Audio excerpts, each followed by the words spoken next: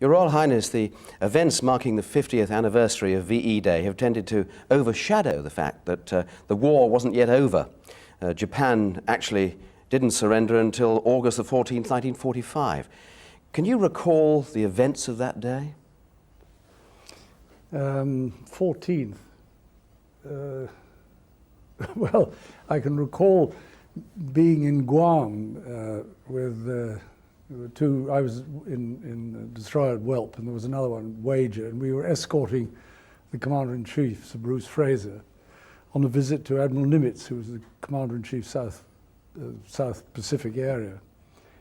And Sir Bruce was going to give him the night, make him a knight of the Bath. And while we were there, the first of the atomic bombs was dropped, and that was about the 6th, I think, of October, 6th of August.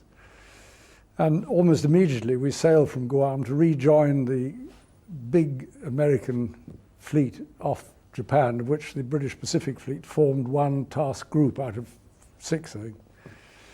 And we hung about there until the second bomb was dropped, and then it was announced that the Japanese decided to cease hostilities. They didn't actually surrender on the, whatever it is, what did you say, so? The 14th of August, that's right. yeah.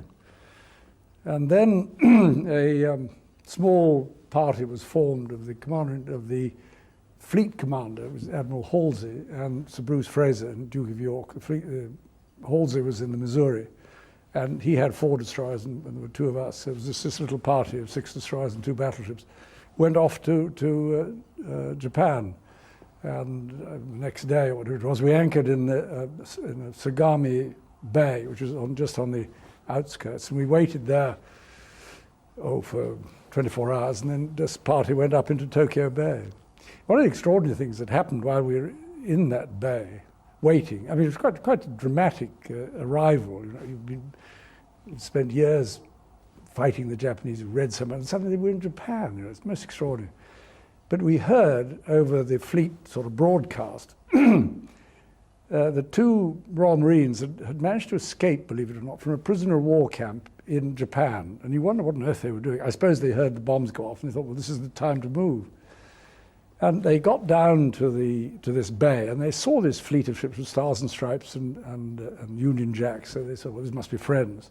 So they stripped their clothes off and swam out because they were intercepted by patrol boats and taken on board the flagship, and everybody thought this was a great occasion. Anyway, about 30 years later, I was attending the annual conference or the annual reunion of the Far East prisoners of war. And I thought I'd tell this story to the assembled company. In the middle of this thing, they said, they're here. and the 2 blokes who were actually attending that thing. Extraordinary. But what sort of celebrations took place on HMS Welp? Well, there weren't any.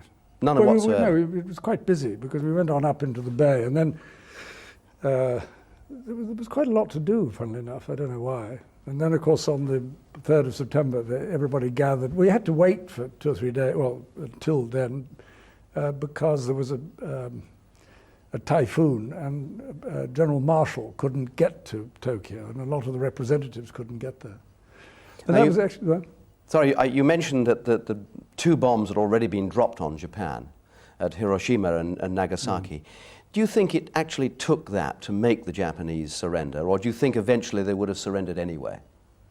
Well, I think they would have surrendered anyway, but I mean, a lot later, because even after the 2 bombs went off, if you read the account, you'll find that there was no agreement about the imperial in the cabinet or the imperial council, and it was only when the emperor virtually ordered them all to shut up and to accept the surrender and the terms that had been published at Potsdam.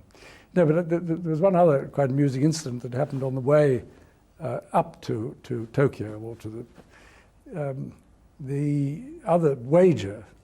The RNVR doctor was a Canadian, and the captain of the Wager was a very jolly fellow called Basher Watkins. Thought he'd play a little practical joke on him. And so he wrote out a signal from the Commander-in-Chief saying, report name, rank and seniority of the senior Canadian officer born, you see. And he sent it down to the doctor, who came rushing up with the, what on earth is this? Well, he said, I expect they want somebody to sign for Canada, and there aren't anybody here, so they probably chose, I imagine that's what it's for. And eventually, after they all had a great laugh, and so it was all over. To the captain's horror, about an hour later, a signal arrived from the Duke of York saying, report name, rank and seniority of senior Canadian officer aboard. And of course he didn't know what to do. So the first thing he did was he sent for this ship's Bible, and then he sent for the doctor. And he put his hand on the Bible, he showed him the signal, he said, I swear this is true. And then unfortunately, well, for him, a Canadian more senior Canadian officer appeared. But this Canadian doctor, in spite of that, was invited over to the Missouri to witness the surrender. And he thought he'd better bring back something from the occasion. So he picked up one of those expended flashlight bulbs, which was then mounted by the ship's carpenter in a little thing, and it stood on the mantelpiece. Well, that was the Supreme Commander was General MacArthur, of course. Yeah. He accepted the Japanese surrender on the 2nd of September, on the Missouri. What can you actually recall of that particular day? We were painting ship. You were painting? Not you yourself, I hope. Well, not quite, but I mean, I was organising it. Because we'd been at sea for quite a long time, we thought we'd better look a bit smarter. And there wasn't anything going on that day, so we had everybody. And we have these sound reproduction equipment, they were loudspeakers. Yes. And so we had them picking up the commentary on the thing, and I hung them over the side so the sailors that were slapping the paint on could listen to what was going on. They could paint in time to the music, perhaps? Well, if there was any, yeah. Well, now, you'd come a long way from your days as a prize-winning cadet at Dartmouth College. Sounds as if I'd been to the Royal Show and got a Rosetta. No, I know that your grandfathers were both sailors, your father was a soldier. But I believe you yourself really would have preferred to have joined the Air Force originally. So why did you end up joining the Navy? I preferred it. I don't know, at that time it seemed to be, I mean, I'd just come out of school, so I not preferred. No, I mean, I think that if I'd left to my own devices, I think I probably would have signed up for the Navy. But I was eventually persuaded by my uncle, Lord Mountbatten, that it might be more sensible to go into the Navy. Did you have any regrets about joining the Navy rather than the Air Force? Only insofar that if I joined the Air Force, I wouldn't be here now. Not if I joined in 1939. You would have been I would have been the bomb. Pushing up the daisies. Oh, I think so. Yeah. Now, your old schoolmaster and the founder of Gordonston, Kurt Hahn, wrote in your report, and I quote here, Prince Philip will make his mark in any profession where he'll have to prove himself in a full trial of strength. Was there any doubt in your mind that you would pursue a military career? Oh, yes. I mean, it never occurred to me that it was only because the war broke out that it seemed to be easier to join than be called up. And so it was inevitable that I think it was inevitable. Have to wait and see. So your first ship was HMS Ramillies. That's it. What do you remember about that ship?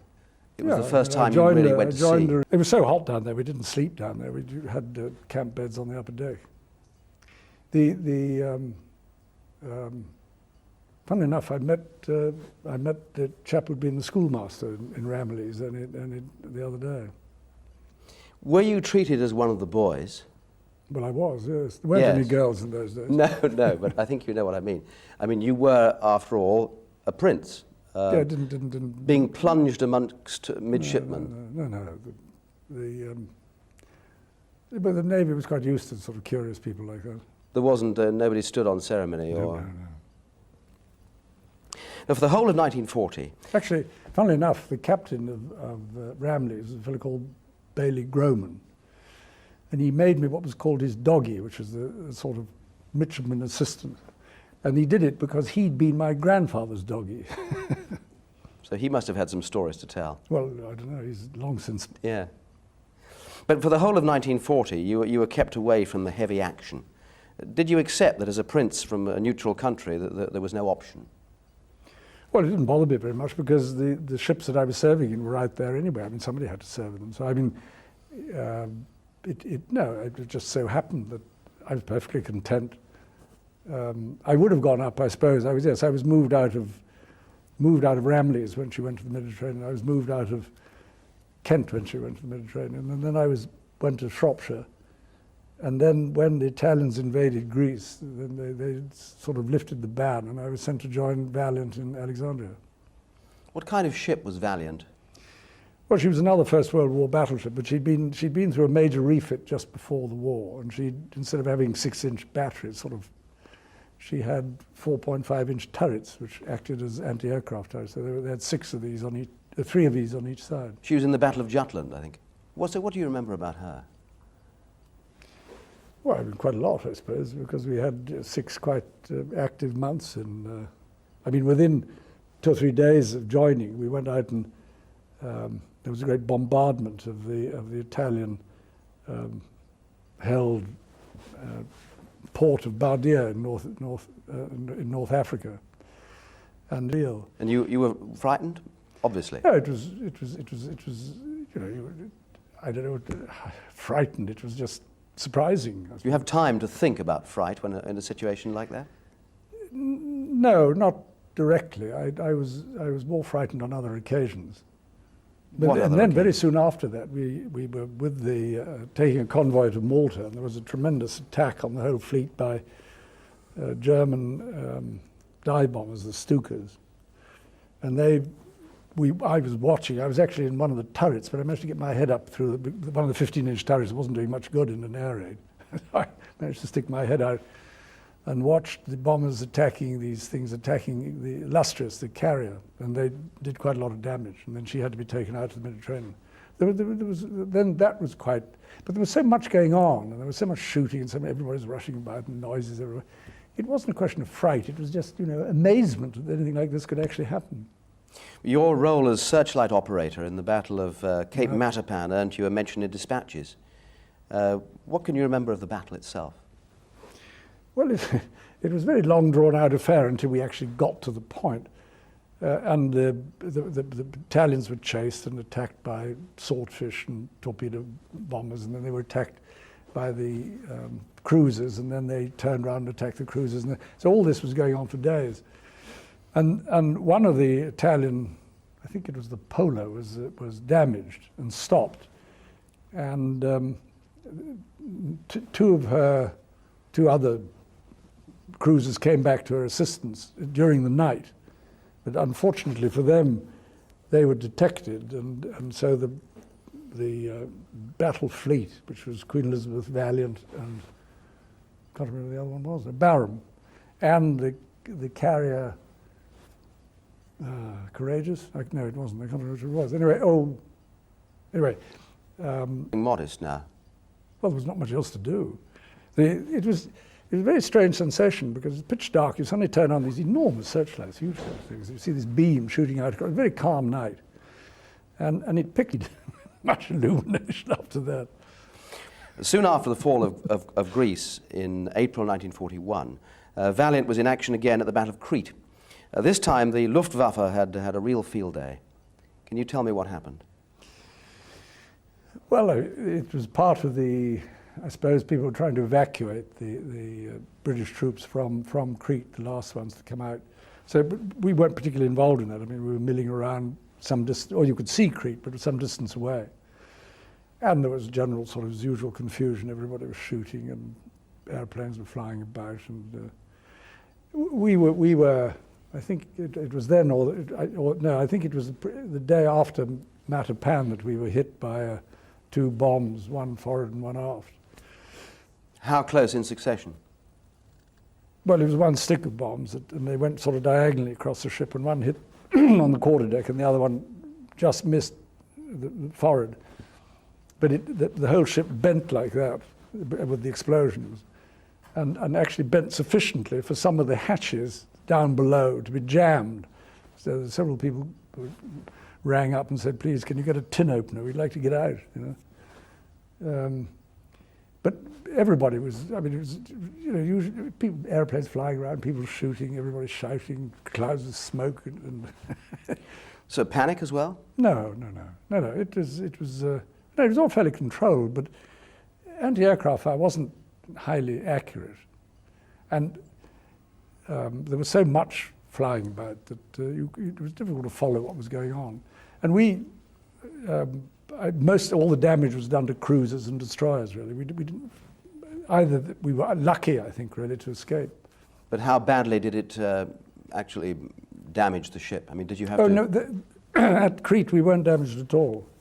This happened the morning after Matapan. Yes, but when these bombs hit, did it really disable the vessel vastly? No, absolutely not. No, it made no difference at all. Only one chap was killed, and he was extremely unlucky. I mean, a big box was blown off a bulkhead and just hit him. Is it possible to recall any of the emotions that were felt when you were under attack? No, I don't think so. I mean, there's so much to do. You know, you're so occupied that and everybody knows what they're doing. It's very difficult.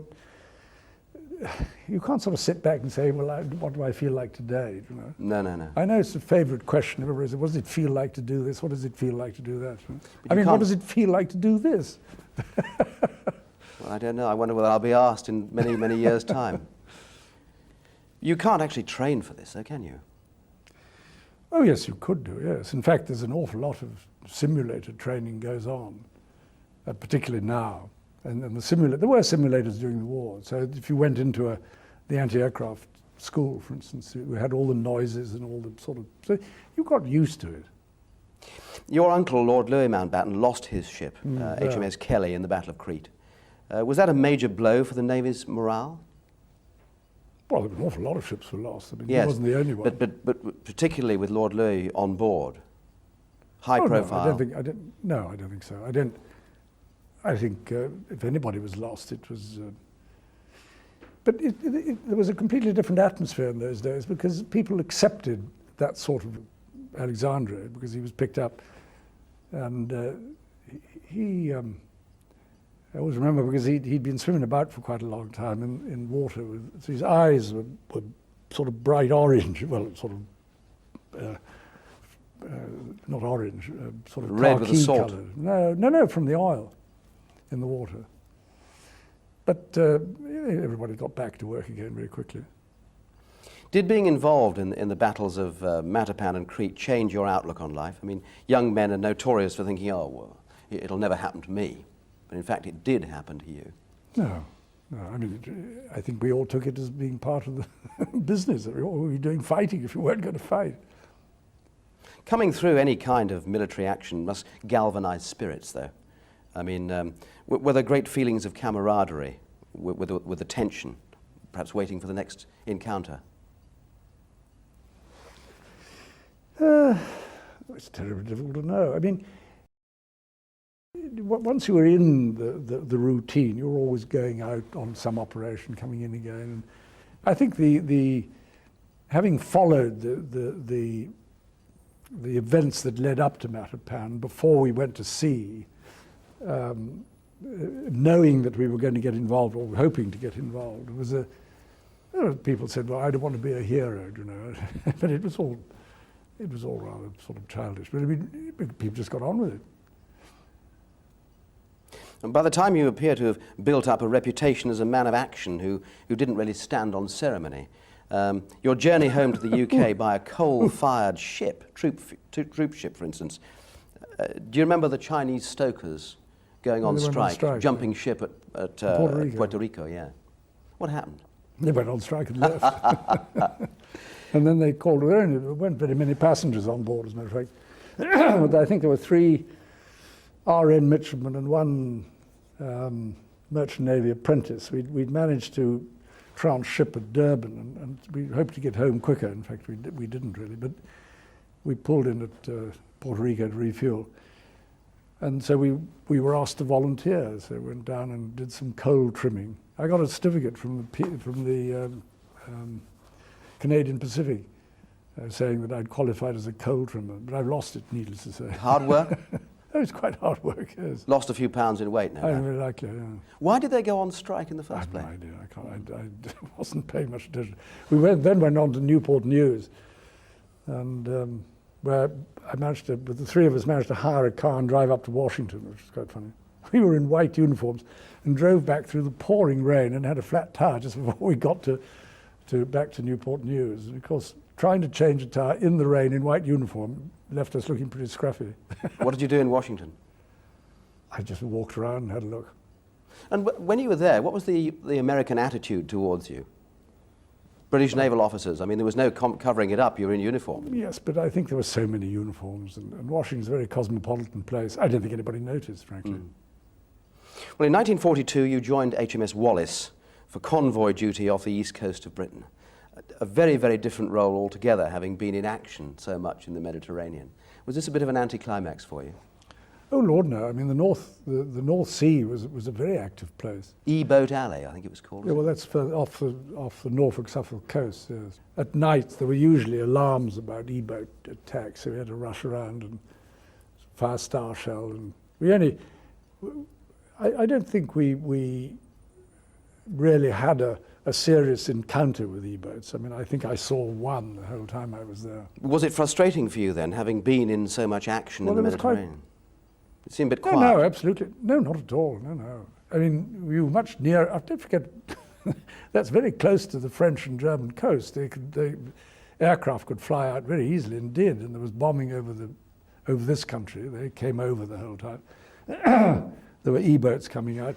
No, it was much more in the front line. Within a few months, you were promoted to first lieutenant. First of all, I was promoted to lieutenant because I joined as a sub-lieutenant.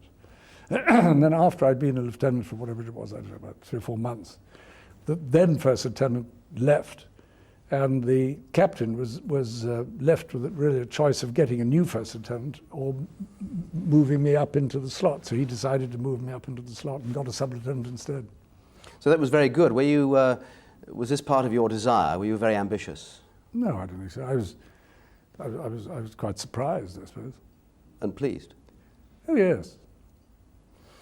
Now, there was some friendly rivalry with a young officer, an Australian called Mike Parker, later to become your equerry. How did this rivalry manifest itself? Well, it didn't. Was he not on he was on a ship called Lauderdale, HMS Lauderdale? Is that right? right? I didn't know him at that time. Right. I only met him in Australia when we were in the same flotilla. He was in Whirlwind, and was it Whirlwind? And I was in Whelp. We were in the 27th flotilla. But I mean, we saw a lot of each other after that because he was one of the ships that was in Hong Kong, and we got to know each other and played squash. That sort of. Good mates. Yeah. Yeah. I read that as a young naval officer, you were pretty much a perfectionist. Is that the case? At what? A stickler for perfection. I don't think so. Not particularly. I mean, I think everybody tried their best to make the best of the job. We had very good people. Some might see the Navy as a rather solitary life for a 21-year-old bachelor, separated from his family, his friends by war and thousands of miles. How did you stay in touch with events back home? Well, by letter. I don't know how else. Who did you write to? Or? Well, my grandmother, I suppose, most of the time. Because my mother was in Athens, my father was in Monte Carlo, my sisters were in Germany, and an aunt was in Sweden, and so I mean there wasn't I suppose in the late Duchess of Kent, who was a cousin of mine who lived here, and I suppose she was the nearest relation I had in this country, other than my grandmother, who I always go and stay with. And you got letters from the young Princess Elizabeth too, I believe, perhaps at that time. Yeah, sort of off and on. Did they mean very much to you in those days? Well, yes. I mean, everybody was glad to get a letter. Yeah. You had been a guest of the royal family at Windsor. What kind of wartime leaders were the King and Queen in those days? What were their great strengths that you had picked up and seen? Well, I only saw them off duty anyway. When they came down to Windsor for a weekend, that's as much as I ever did. I spent Christmas there once. So I never saw them in that light. I mean, they were sort of hosts on those occasions, and it was very much a sort of family party, and exactly as it might have been anywhere else. So I wasn't involved in the what you like to call it, the official activities, and I never saw them functioning, as it were, in their specific or doing any of their particular duties. We've seen great archive material of them walking over ruins in the East End. And Oh, sure, this sort of but I thing. mean, I wasn't around. Well, I No. was, but I mean, not when they were there. I mean, I was not very far from here on leave from Rosyth, and I was actually having a bath rather comfortably in my uncle's flat in the top, well, little house he had in Chester Street. And I was lying there thinking, this is rather splendid, and wondering what I was going to do that evening, when a doodlebug went past the window, and it landed just not very far away back there with a loud crump. Made you get out of the bath pretty quick and dry Well, yourself. I reckon it was too late by then, so I just stayed in the bath. During the spring of 1944, your new ship, HMS Whelp, was being built in Newcastle. Mm-hmm. You spent some time around the shipyard Hepburn. waiting for the completion of work. Well, Was that duty very frustrating, waiting for your ship? No, it wasn't at all frustrating. What you had to do, a ship, while it's being built, they send a certain number of people in advance, the chief engineer and the first lieutenant, who's the executive officer, the administrative officer, on ahead to, in a sense, to supervise the final fitting out. And there are all sorts of little things. They say, where would you like this piece of kit? Where would you like that? And how would you like this arranged? And you had to, stores were coming in, you had to, so that the thing was a combination of work together with the builders, which was Hawthorne, Leslie and Hepburn, and for the Navy, if you know what I mean, for all the sort of internal naval arrangements. Then you had to write things like standing orders and look and see who you were going to get, and then people drifted in all the time, so you had to accommodate them. And I mean, it was a sort of administrative business, simply getting the ship ready for commissioning. And you were living at that time in a boarding house, No, in a hotel. I think it was In a called the hotel. Gordon Hotel, somewhere or other. I can't remember what it was. sort of residential hotel. I think so, yes. Yeah, which probably gave you an insight into the man in the street, as it were. The man in the street live in a hotel? Well, if you would like to put it that way. I mean, we had lots of men in the street, off the street in the Navy. I mean, most of the ships, most of the men in Wallace came from Liverpool. And a lot of the ones in Whelp came from South Wales. But you don't understand, if you're in the services, you meet people from all walks of life. I mean, you just live with them. You know, it's not, the only difference is that people have different responsibilities. So you're glad that you were in the services then? Oh, yeah. It gave you a greater insight, perhaps, to... Well, I didn't do it with that end in view, but No. that is what you get at the end of it. You get to know people of every kind of background. which you wouldn't and provide necessarily have everybody. done. What? Which you wouldn't necessarily have done had you not been in the services. Yeah, you could say that. By now, Italy had surrendered. By when are we now? D-Day was a couple of months away. From a military perspective, did you feel the tide had turned in the Allies' favour? Well, it obviously had, didn't it? I mean, Yes, it had. we but landed. were you aware of it? Oh, yes, we knew exactly. We were in, because we just commissioned, the whole of the 27th Flotilla, or most of it, except for one that had got damaged, were all up in Scapa Flow. And we were the only inhabitants of Scapa Flow during the invasion, because we were literally all just been commissioned. And as soon as the invasion had taken place, and the war was moving into Europe. In fact, the naval war in Europe virtually ended. I mean, the U-boats had more or less, well, they were still being chased, but I mean, in the sense they were not as effective as they had been. Everybody's eyes, or at least our eyes, were on the Far East because the war was still going on. So we all set off and went through the Mediterranean and went to Ceylon, where the ships that were going to form the British Pacific Fleet joined together and then went out jointly via Fremantle and round to Sydney. And a proportion of ships stayed in Trincomalee in the East Indies as the East Indies Fleet, working with the Burma, in a sense, as part of the Burma War. So what was the state of the Pacific War at this time? Well, it was... The Allies had begun to get on top. It was quite bloody. Well, the we'll say. Allies, it was the Americans, there weren't anybody else. And they'd got on very severely on top. They'd retaken most of the islands which the Japanese had occupied at some stage during the war. They'd worked them right back. And when we arrived, they were just invading Okinawa. And we only got in to the invasion of Iwo Jima, but that was almost entirely an air war. I mean, it was the carriers flying off aircraft for interdiction bombing and generally supporting the Americans on a flank. Because you've got to remember that there were two fleets, well, there was one fleet in the Mediterranean, depending in the Pacific. It was either called the Fifth Fleet if it was commanded by, I think, Admiral Spruance, and it became the Third Fleet. It was commanded by Admiral Halsey. But it consisted, I think, of 4 or 5, I can't remember exactly how many, carrier task groups, and each group had 4 or 5 carriers in it.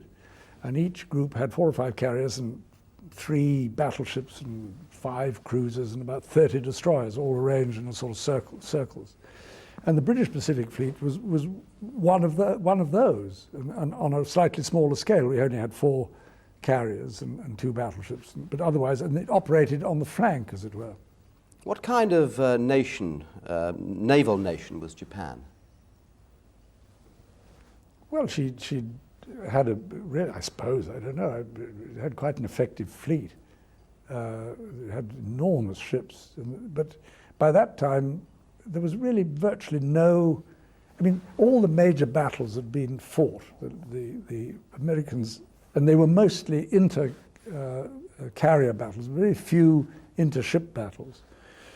And there were a few inter-ship battles, but most of the major Japanese units had actually been sunk by then. So that when the fighting moved up into Japanese home waters, I mean, there was no surface opposition at all. In any case, if they sucked their nose out, they would have had about 600 airplanes over ahead of them. So I think they kept their heads down. Did you come across any kamikaze pilots? Yeah, no, pilots.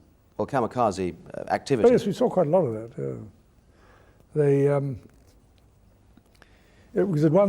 What happened was one of the destroyers was always put as what we call plane guard in the middle of this circle, and the carriers on the next circle out, as it were. And the chap in the middle, if any airplane crashed or fell overboard, you rushed up and picked up the pilot. But we were in the middle one day, and we had an American liaison officer on board, and naval officer, and a kamikaze hit. I think it was the Indefatigable or the Implacable, I can't remember, right where the island meets the flight deck, and there was a really crump and bits. One of these carriers could be hit by a kamikaze in the most vulnerable place, and nothing happened. I mean, there was a lot, it burnt a bit of the and then Illustrious had a most extraordinary experience. I mean, I wasn't on board, but I heard about it afterwards. They had, sticking out in front of the compass platform, where the command stood, which sticks out in front of the island, they had a big aerial, radar aerial, a sort of cheese thing, about 6 foot across and about that deep, and this aerial going around inside. And the kamikaze attacked them, and the tip of its wing went through the radar dish in front of them. So you can imagine what it must have been like standing on the bridge, and it Quite crashed terrifying. into the sea beside them, and nothing happened to anybody. Quite terrifying. But Bruce Fraser was actually on board an American battleship, I think it was, but just before the BPF arrived out there, and he was up on the command platform when a kamikaze hit, and he had General Lumsden, a Royal Marine, standing next to him, who was killed outright, and several other people were badly wounded on the bridge, and Admiral Fraser absolutely didn't have a scratch. Most extraordinary.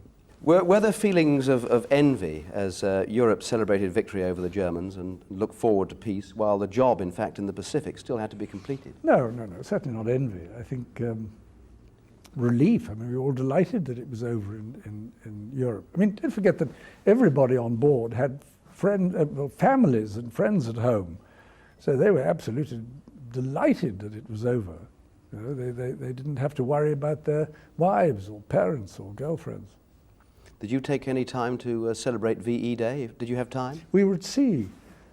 We were coming south because we'd been running for the best part of I suppose, now where was it, about 12 months. And so we were sent down with one other destroyer and Illustrious back to Australia for a refit in Melbourne.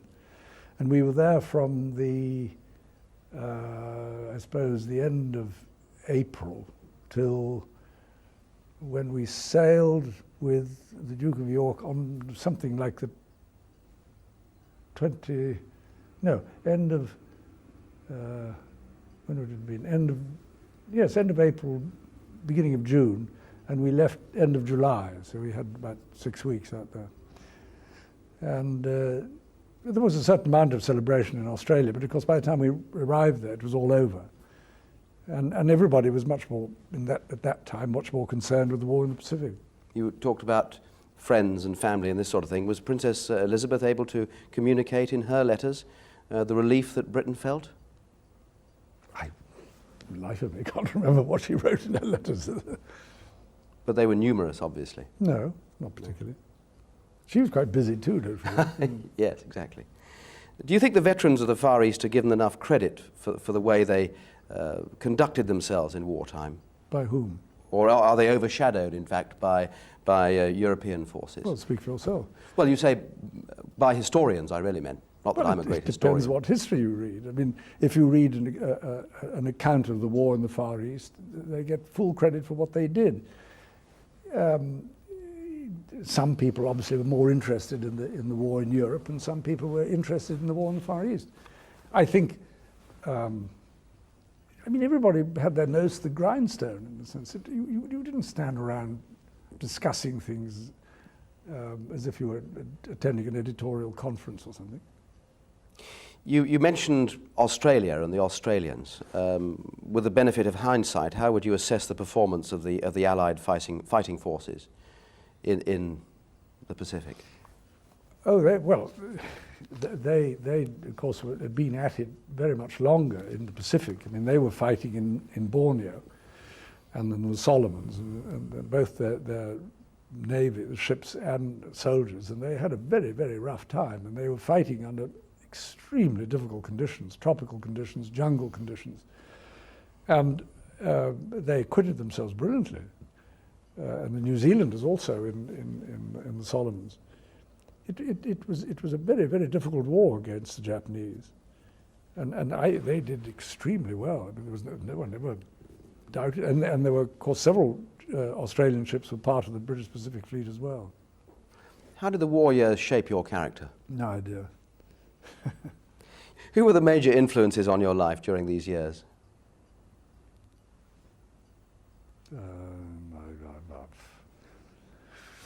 I suppose that's a very difficult question to answer. The first captain in Wallis was a fellow called Teddy Hayward Lonsdale, who was a great character, and I was very fond of him. And he had he'd been in the Navy, then went out and then came back again, and was a great. I mean, he was a great gentleman and leader, and I think had a very considerable influence over the way people behaved on board. I suppose, I mean, all the sort of people you served with had an influence on you, you know, whether they were the captains. Captain Norfolk, for instance, he was a commander then, had an influence. The captain, and then friends, other first lieutenants, because you've got to know, that's how I got to know Mike Parker, but I mean, there were 7 or 8 of us, all first lieutenants in the same flotilla, so it was a sort of first lieutenants club, you know, we all got to know each other, and we all had the same jobs. Of all the ships you sailed in, does one particular one stand out as being your favourite? Well, what do you mean during the war, or at all? Yes, during the war. Well, I suppose I spent longer in Whelp than in any other, and I was first lieutenant, second in command, in a sense, from beginning to end. So, yes, that was probably, and it took me all the way from Scapa Flow to Tokyo and back again. Your final job in the war on HMS Whelp was to transport prisoners of war. Yes. What sort of condition were they in? Well, to get it straight, what we did was, in the days when we were waiting for Marshall to arrive in Tokyo, Bruce Face had organized for the light fleet carriers to fly off their aircraft and come into Tokyo to collect prisoners of war, and he got that agreed that they would be evacuated even before the surrender. So we spent a few days close inshore collecting boatloads they were in fact naval prisoners, and ferried them out to the light fleet carriers, which were quite, because it's an enormous place, Tokyo Bay, which were anchored some way away. Well, that was very emotional, of course, because these people were naval officers, naval people. They weren't officers necessarily. They hadn't been in a naval atmosphere for 3 or 4 years, or sometimes longer. They were emaciated, and they sat in a sensation, and it caused a. I mean, it affected everybody. But mind you, once that was over, you know, you collected another lot, and it was not quite so. It affected quite so much the second time. But we did it for about 2 days, I suppose. Can you understand the feelings of these men nowadays when they still find it impossible to forgive and forget? Oh yes, I mean, I think that I think it's very silly of people to say that these individual people should somehow or other be reconciled to their captors in any way and their tormentors. I think it's unreasonable. I mean, I think the reconciliation means a lot of other things, but it doesn't mean that each individual has simply got to forget and pretend that it never happened, or pretend that they were desperately affected by the experience. I can well understand that. I mean, it's interesting that it didn't happen with the Germans, because in point of fact the prisoners were, in a sense, reasonably well treated. They were treated, they had contact with the Red Cross, they were not exploited, they were not victimized in any way, they weren't tortured, they weren't starved, they weren't sent to forced labor. They were treated as prisoners of war under the Geneva Convention. Well, this didn't happen by the Japanese, and I can quite understand why those people, I say it's unreasonable to expect them to forget it and pretend somehow it didn't happen.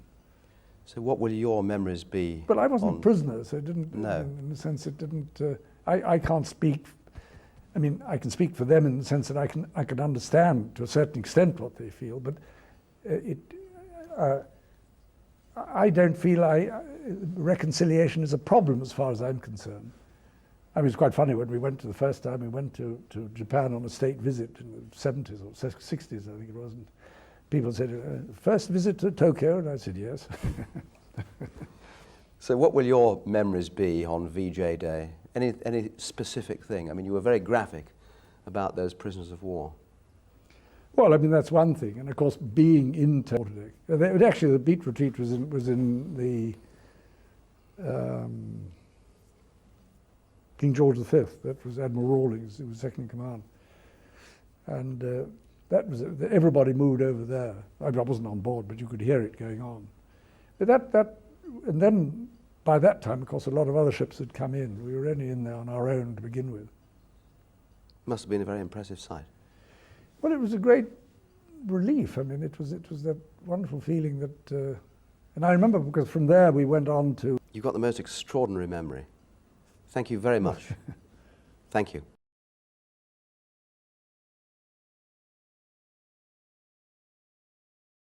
Which was stationary. Being modest now. Well, there was not much else to do. It was a very strange sensation, because it's pitch dark. You suddenly turn on these enormous searchlights, huge things. You see this beam shooting out, very calm shooting, whereupon, sort of off and on. Did they mean very much to you in those days? Well, yes. I mean, everybody was glad to get a letter, yeah. You had been a guest of the royal family at Windsor. What kind of wartime leaders were the King and Queen in those days? What were their great strengths that you had picked up and seen? Well, I only saw them off duty anyway. When they came down to Windsor for a weekend, that's as much as I ever did. I spent Christmas there once. So I never saw them in that light. I mean, they were sort of hosts.